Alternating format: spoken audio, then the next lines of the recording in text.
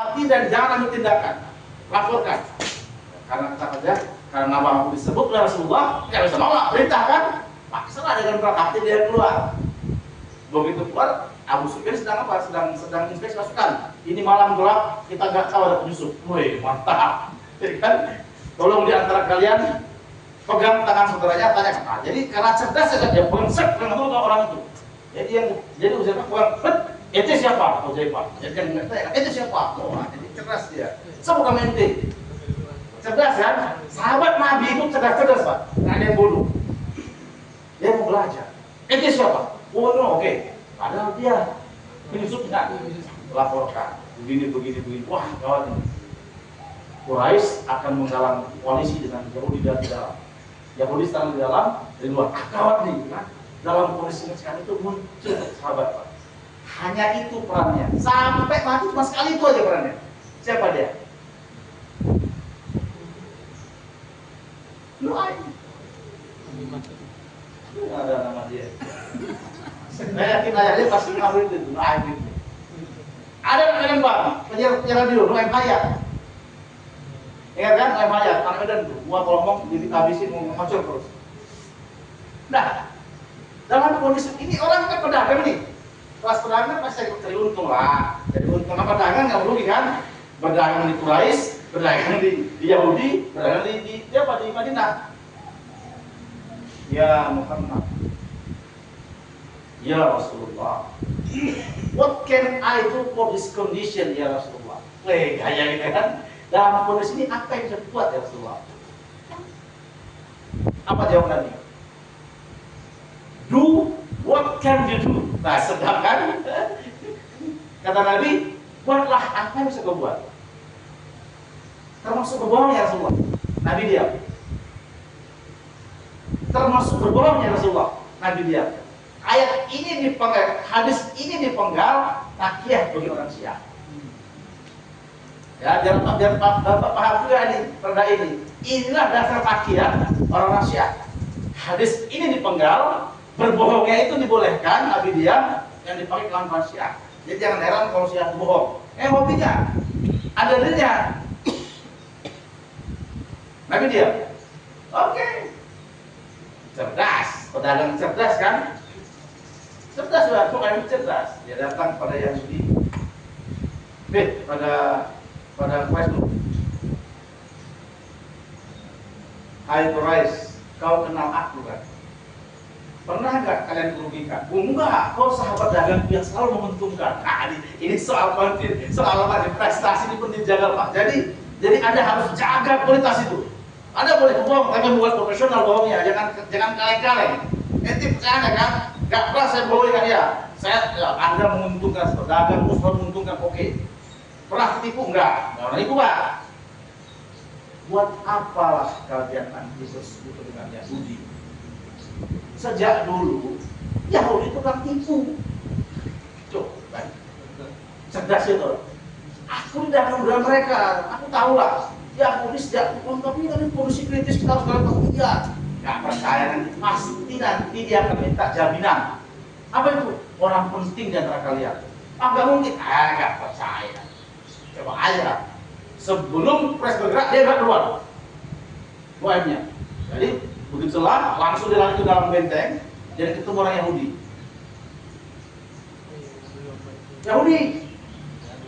Ente kenal aneh? Oh iya, kamu sahabatku. Pernah saya cerita? Enggak, dagang kita selalu menguntungkan. Kau orang jujur dalam perdagangan. Oh mantap, ya kan? Kalian ini kan udah enak di benteng. Ngapain mau lupa dari dalam dengan Quraisy? Nanti kalau perang, pasti menang dan ditinggal. Jelas kan? Saat ditinggal, bisa mulai kan? Jangan. Kecuali syarat. Bagaimana? Minta orang penting mereka sebagai jaminan. Oh bagus Pak. Hebatnya tuh Nuaim itu. Bukan dia yang rancang, memang dia rancang. Nanti pasti tak jaminan. Nanti kalau kalian mau minta jaminan, tapi ada orang pentingnya. Udah masuk saya. Udah deh percaya aku teman mereka dagang. Ya. Yahudi tipu. Nah kita udah datang lah kan, urusannya Abu Sufyan. Yahudi ini, tunggu dulu. Kita Kau bisa koalisi, tapi apa garansinya? Gue sedap kan? Nanti kalau menang gimana? Nanti kan tinggalkan. Jadi apa? Kami mau, tapi tolong satu jaminan, tinggalkan orang penting. Enggak begini. Wah, bahaya ya begini kan? Ya kan? Akhirnya tidak terjadi koalisi malam. Bubar, Allah turunkan angin dan hujan. Ya enggak? Pagi tinggal barang kelontongnya. Bersih kan? Jadi pertolongan Allah itu akan datang ikhtiar kita maksimal. Termasuk nipu tadi itu, jadi pemusuh. Untung ada Nuaim, kalau enggak. Dan itulah kerja sampai akhir lagi ya. Itulah saya cukup mana lagi enggak. Hanya itulah kalian Nuaim. Ya kan? Nah lagi, tapi cerdas itu. Baru masuk Islam tuh. Pak, baru masuk Islam Pak. Sampai sahabat kenal. Apa nih? Oportunis kan orangnya.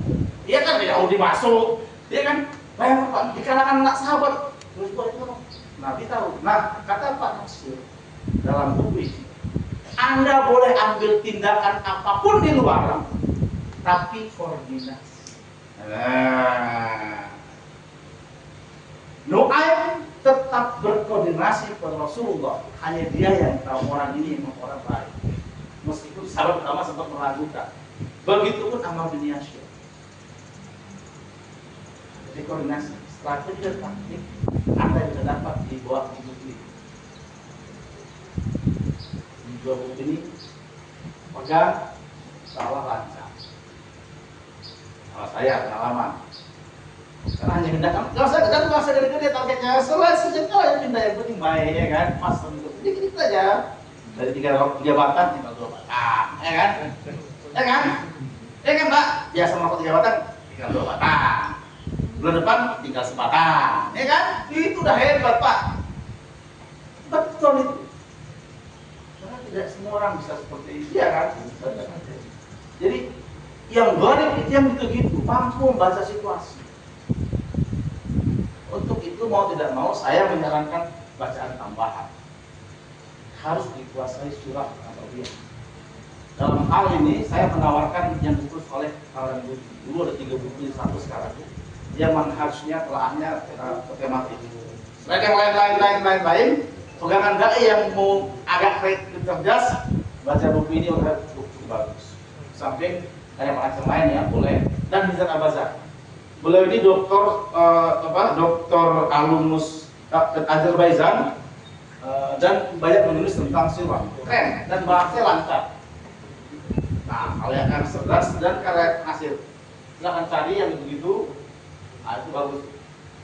Nah, jadi kalau buku ini menjadi bacaan kita semua sebagai dai, insya Allah nanti luas lah ya. Jadi hal-hal yang berkembang itu bisa kita ikuti. Kelebihan Pak Nasir itu, dia merekam kejadian hari itu dan dia pikirkan panjang.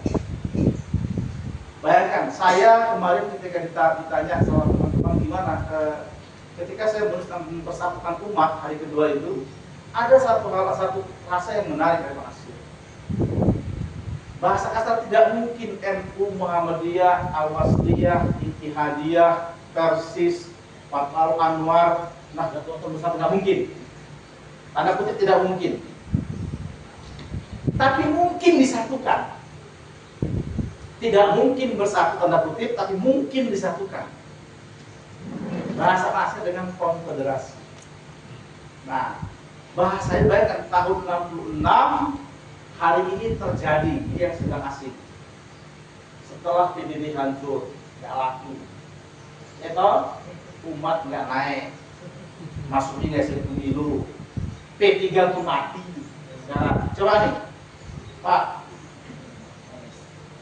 partai Islam 4 nggak laku di negara apalagi pecah kan kurang kan juga kan tambah 51 dari PKS sejak Bali kan dia sudah mendeklarasikan partai nasional ya saya nggak ada bahas lah yang jelas-jelas kita partai Islam 4 ya kan sejak Bali dia nggak usah bahas lah ya mati Pak ada partai Islam yang jelas-jelas akan mengusung perjuangan syariat, partai umat, partai bulan bintang, Partai Masyumi, P3, nggak laku di Indonesia.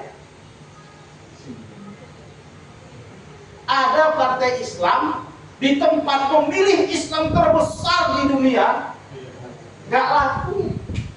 Yang laku Golkar, PDI, Demokrat, Nasdem, Gerindra, yang pilih orang Islam saja kan. Itu yang saya sebut asing di rumah sendiri.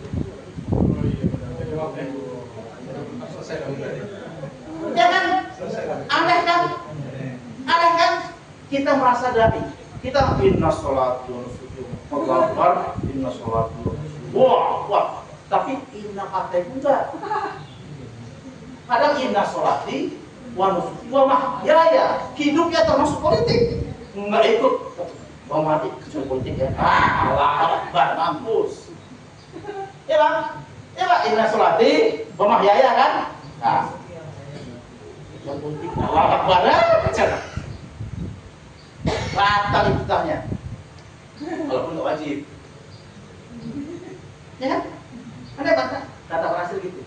Saya merasa asing di rumah sendiri. Ibarat saya ibarat asing di rumah sendiri. Berhasil dong.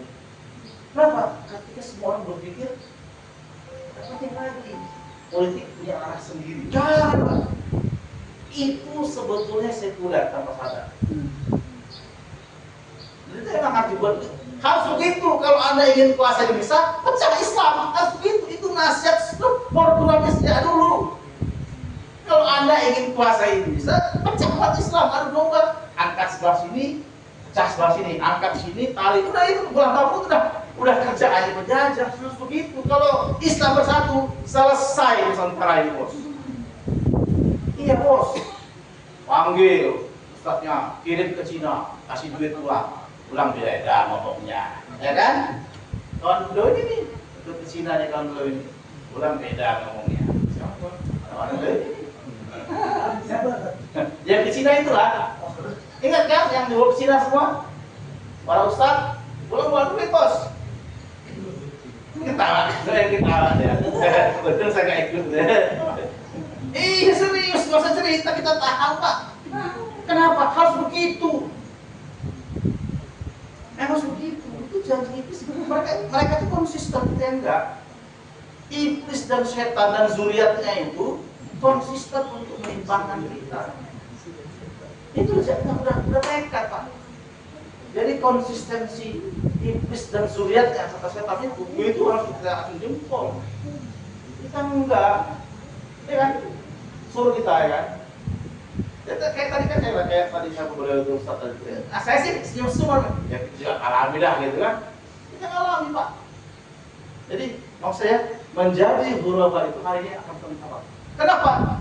Para gharib inilah yang mampu melahirkan kejutan-kejutan. Dia nggak pernah mati, dimanapun dia diletakkan akan menyuburkan sekitarnya. Ya kan? Ruhama ubainah. Dia memberikan apa? Kesenangan pada rahim pada sekitarnya yang di antara kita. Makanya penasihat itu nggak pernah bilang enggak. Saya sampai sayangnya saya termasuk orang yang rugi karena tak pernah mata wajahnya. Kalau beliau pernah sekali katanya, pernah sekali masa bang di IPB ya, sekali ya. Saya nggak pernah. Kalau abang dia, abang saya, dan sering-sering. Saya hanya satu, nggak pernah ketemu itu orang. Jadi ya apa ya, begitulah caranya.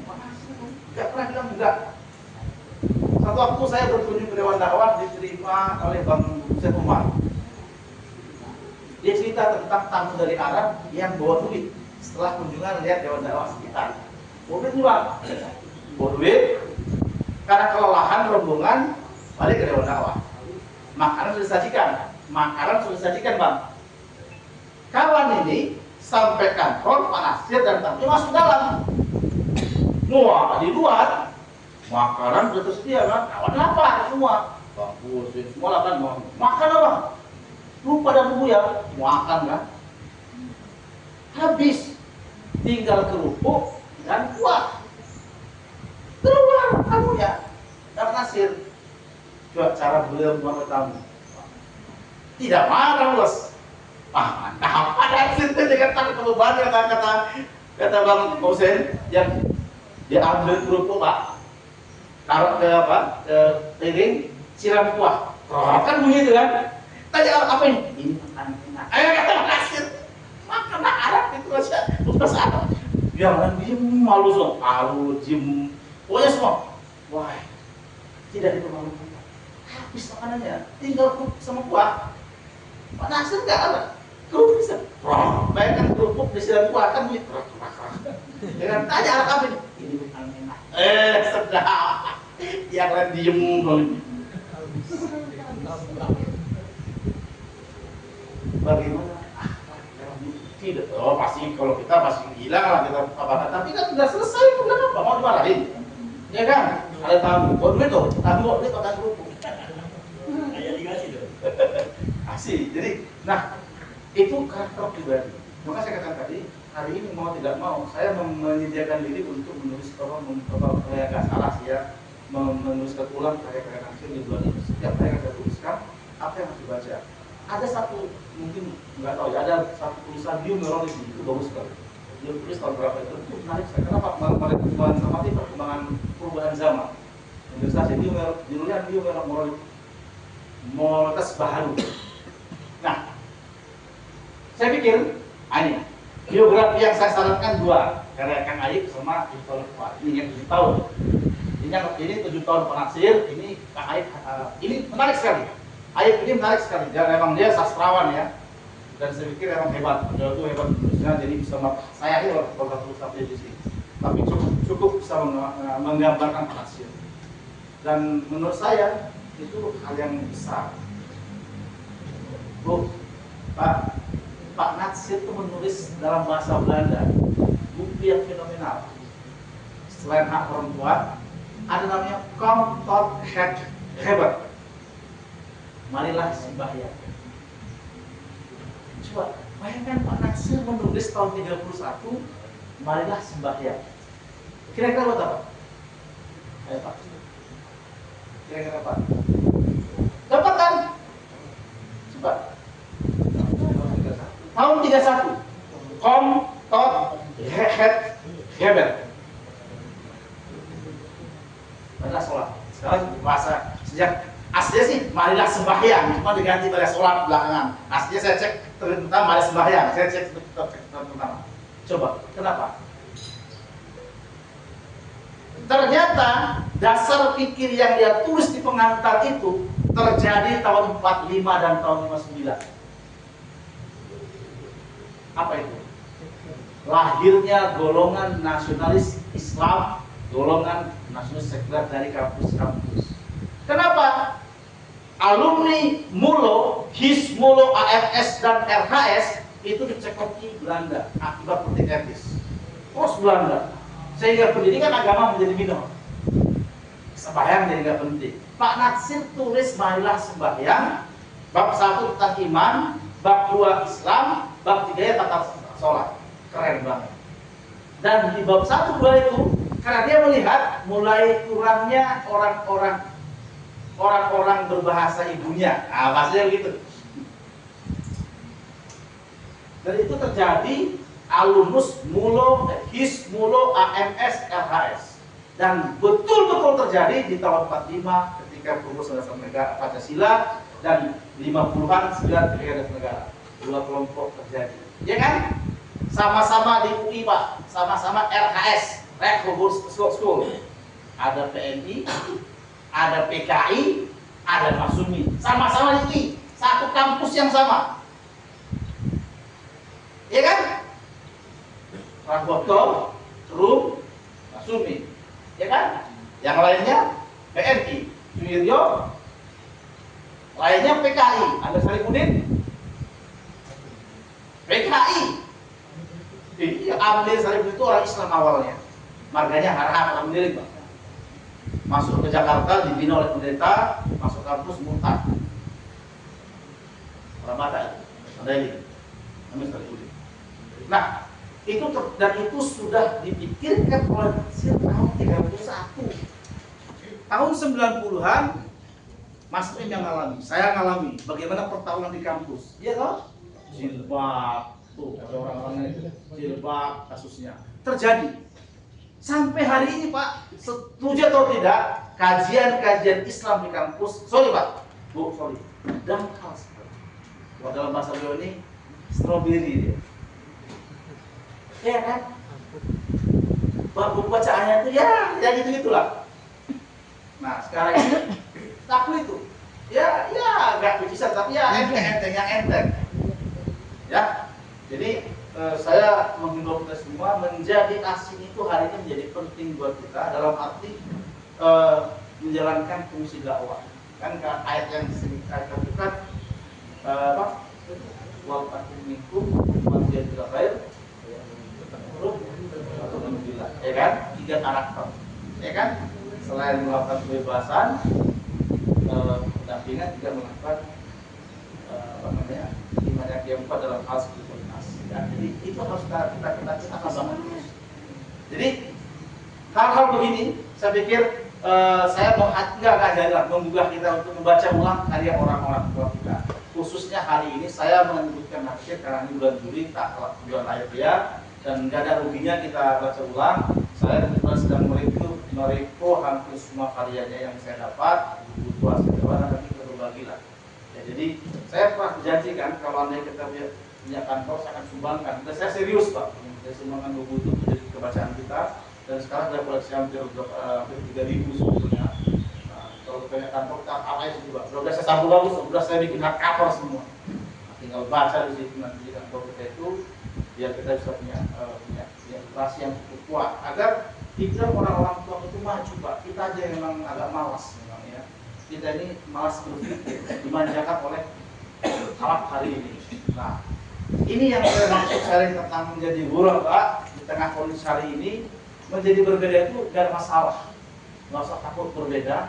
Yang penting ingat kita bergerak dari titik negatif ke positif atau negatif yang kecil, nggak apa-apa. Terus bergerak melakukan perubahan sekecil apapun dari sisi apapun.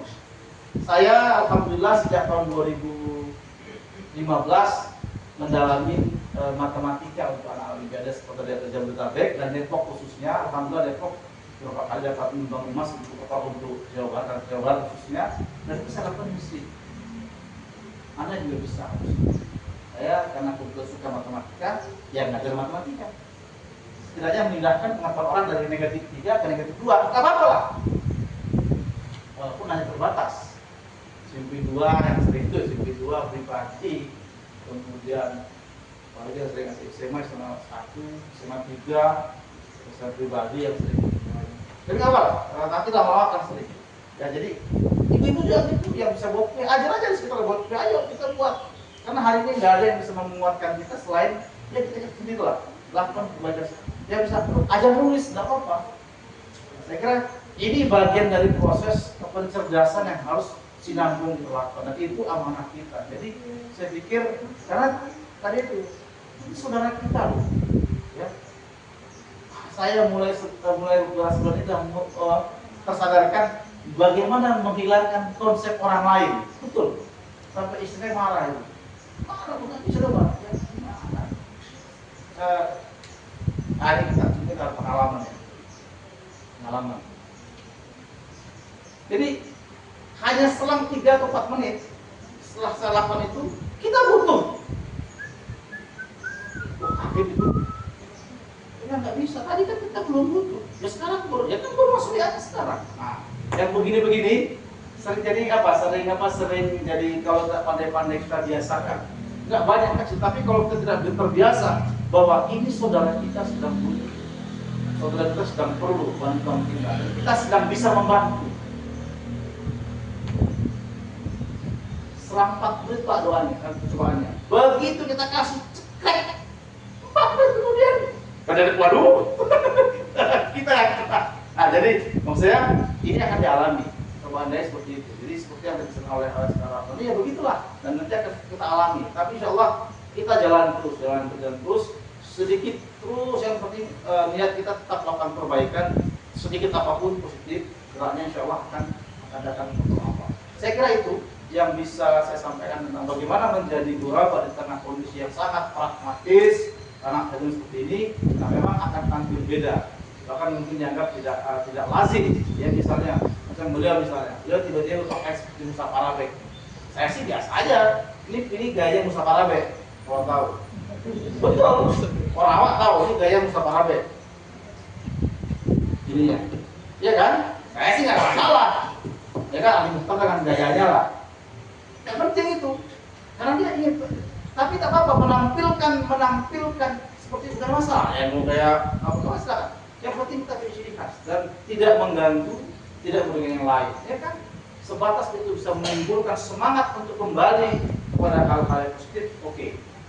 Saya sekarang ini sedang mengadvokasi kawan-kawan di Depok ini. Ada komunitas anti riba atau apa itu namanya. Ada sedang menulis buku, saya coba bantu lagi. Saya bilang Anda harus tuliskan terus story kita bagi. Nah, insya Allah nanti akan banyak lah. Nah, jadi tidak boleh berhenti di Anda. Yang Anda alami itu dan Anda hijrah sekarang, tuliskan agar orang lain tahu. Nah, insya Allah akan tulis buku nanti tentang anti riba itu, dan saya kira nanti bagus kita baca karena mereka juga dengan kemampuan mereka ingin berdakwah, ya tuliskan yang Anda ketahui, Anda alami, sehingga orang lain tidak melakukan kesalahan yang sama. Itu juga dakwah, ya Pak, ya kan? To protect someone to do wrong, kan? Dakwah juga kan?